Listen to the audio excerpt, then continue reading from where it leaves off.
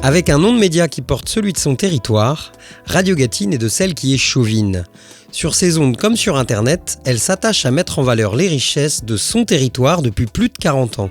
Alors, quand l'occasion s'est présentée de mettre en évidence son capital patrimoine et tourisme, vous pensez bien qu'on ne s'est pas fait prier. Avec Objectif Gâtine, on a décidé de vous emmener à la rencontre d'un patrimoine incontournable, d'un tourisme vert, d'une gastronomie bien de chez nous, d'une offre d'hébergement et de loisirs et aussi d'artisans d'art. Et ce, dans le seul but de valoriser les ressources locales. Pour bien comprendre de quoi on parle et pour poser les bases de notre projet, il nous paraissait primordial de nous re-questionner sur ce qu'est la Gâtine. Alors direction le pays de Gâtine à Parthenay, où nous avons rencontré Marie Touraine, chargée de développement touristique au pays.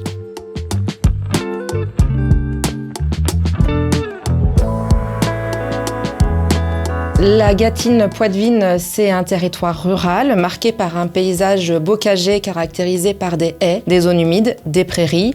Un patrimoine bâti traditionnel, beaucoup d'eau, des rivières, des passages à gué. C'est 78 communes, dont la ville-centre et Parthenay, et 3 communautés de communes. La Gâtine-Poitevine se situe en Nouvelle-Aquitaine, dans le département des Deux-Sèvres, donc vraiment à la pointe nord de la Nouvelle-Aquitaine. C'est le tiers central du département des Deux-Sèvres, grosso modo.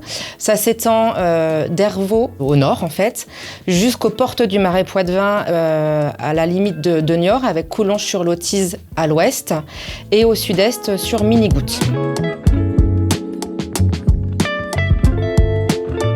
Le pays de Gâtine est une administration au service du développement d'un territoire qui présente une cohésion géographique, économique, culturelle et sociale. Aujourd'hui, sa volonté est dans la reconnaissance en tant que parc naturel régional. Pour bien comprendre la différence entre l'administration Pays de Gâtine d'aujourd'hui et le parc naturel régional de Gâtine-Poitevine demain et ses enjeux, nous sommes allés à la rencontre de Jean-Pierre Rimbaud, vice-président du pays, en charge du projet de parc naturel régional.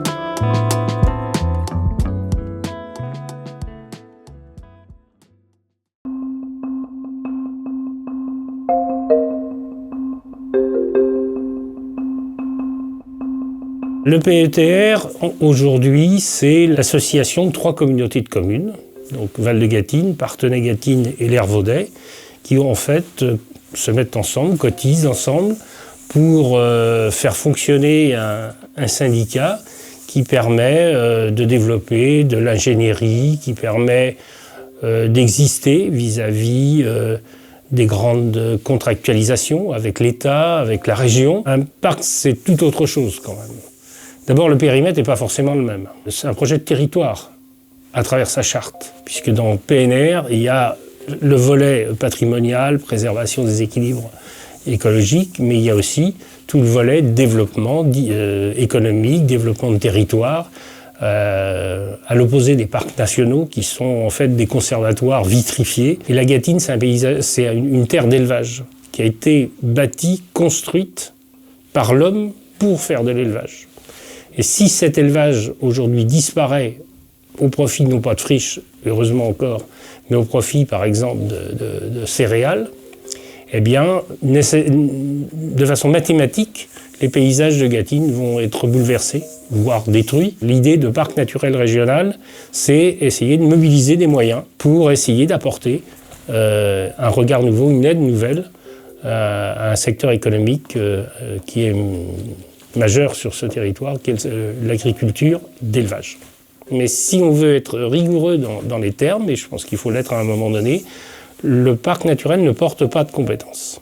C'est pour ça également, et c'est très important que les gens le comprennent, il ne peut pas porter une réglementation supplémentaire à la réglementation existante. Il encourage, il accompagne à travers les bonnes pratiques, il soutient à travers des moyens financiers, il oriente la politique des collectivités qui signent la charte, mais en tant que tel, il ne porte pas de compétences directes. Le but de création d'un parc naturel régional, c'est pas de développer du tourisme, mais évidemment, par ricochet, par voie de conséquence, l'attractivité du territoire sur le plan touristique, on est renforcé, puisque le touriste, celui qui veut partir en vacances, peut s'attendre dans un territoire de parc à trouver une nature protégée, une architecture de qualité, un terroir, des produits de qualité, peut-être des projets culturels, locaux, spécifiques. Et donc, évidemment, cet aspect des choses est à prendre en compte et on y est tout à fait sensible et on espère bien qu'il y aura une attractivité nouvelle, un regard nouveau porté sur ce territoire de Gâtine qui amènera des gens à y venir et à s'y intéresser. Aujourd'hui, à travers des actions un peu isolées, un peu, certes modestes encore, mais on a commencé concrètement à mettre en place des choses qui influent sur la vie du territoire. Alors, il est bien évident que demain, ces actions, elles ont vocation à être multipliées par 5, 10, je ne sais pas, enfin voilà. La charte qu'on signe, qu'on prépare, elle est valable 15 ans. Et puis on a aussi l'ambition de développer des produits valeur parc, de labelliser des produits, organiser un peu mieux des circuits courts, valoriser des productions locales. Tout ça, progressivement, devrait être perceptible par les habitants du territoire. Notre objectif, il est clairement affiché. Création du PNR avant 2026. Mais on a déjà, hélas, pris du retard. Les procédures sont complexes. Donc on va dire, allez, création premier semestre 2026, dans le meilleur des cas.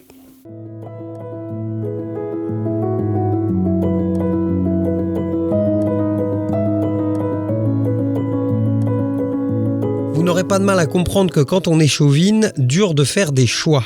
Il a pourtant fallu. Et c'est avec les services compétents des collectivités qui composent le pays de Gâtine que nous y sommes arrivés. Car les richesses, elles sont bien en Gâtine. La Gâtine est riche de ses paysages, ses haies qui font qu'elle a une nature extraordinaire, une nature dite ordinaire avec des espèces faunistiques et floristiques dites classiques, mais qu'il faut quand même préserver, puisque si on n'y prête pas attention, elles peuvent disparaître. L'eau qui caractérise la Gâtine avec le Thouet notamment, et toute la vie autour du Thouet et toute la vie historique autour du Thouet avec tous ces villages médiévaux, l'Autise, les passages à guet et ces villes riches en patrimoine, qu'il soit monumental ou plus traditionnel dit vernaculaire, comme le pays d'art et d'histoire de Parthenay-Gâtine, avec la ville de Parthenay, la ville médiévale en son centre, qu'on surnomme la petite Carcassonne de l'Ouest, puisqu'elle est a une des rues les mieux préservées en termes de bâti médiéval, et les deux petites cités de caractère d'Hervaux et Saint-Loup. On peut noter aussi le château Renaissance de Coulonges-sur-l'Autise, qui est un exemple dans l'ouest de château Renaissance assez important. Et puis après, il y a tout le patrimoine vernaculaire, les longères, les manoirs, les croix aux anières, qui sont assez typiques du territoire et qui sont également le témoin d'une vie passée riche sur ce territoire, qui est liée à la façon de vivre des hommes à l'époque. Et puis on a une vie culturelle riche et dense sur le territoire, avec un monde associatif important qui s'investit. Donc notamment à la belle saison, on va dire d'avril à octobre, le territoire est marqué d'événements et manifestations importants. On peut noter le Festival international ludique de Parthenay, dit le FLIP, ou le FIFO, le Festival international du film ornithologique de Minigoutte, en passant par le Jazz Bal à Campagne ou le Festival d'art de rue, le Festival A, entre autres. Il faut garder tout ce qui fait l'identité de la Gâtine, tout est important à préserver, que ce soit en tant que témoin du passé, mais également pour la vie à venir et les activités qu'on peut faire sur le territoire.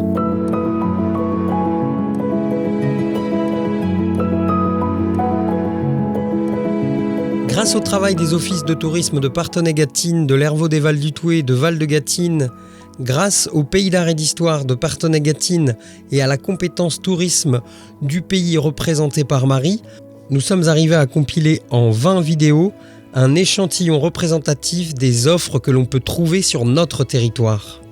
Dans cette série, vous verrez des brasseurs, des hébergeurs, des habitants qui aiment leur territoire, des associations qui le défendent, des agents qui le font découvrir. On espère vivement que vous aimerez cette série comme on a aimé la réaliser. Alors chiche, en tout cas restez connectés, on vous donne rendez-vous très vite pour un deuxième numéro consacré à la petite Carcassonne de l'Ouest et son quartier médiéval.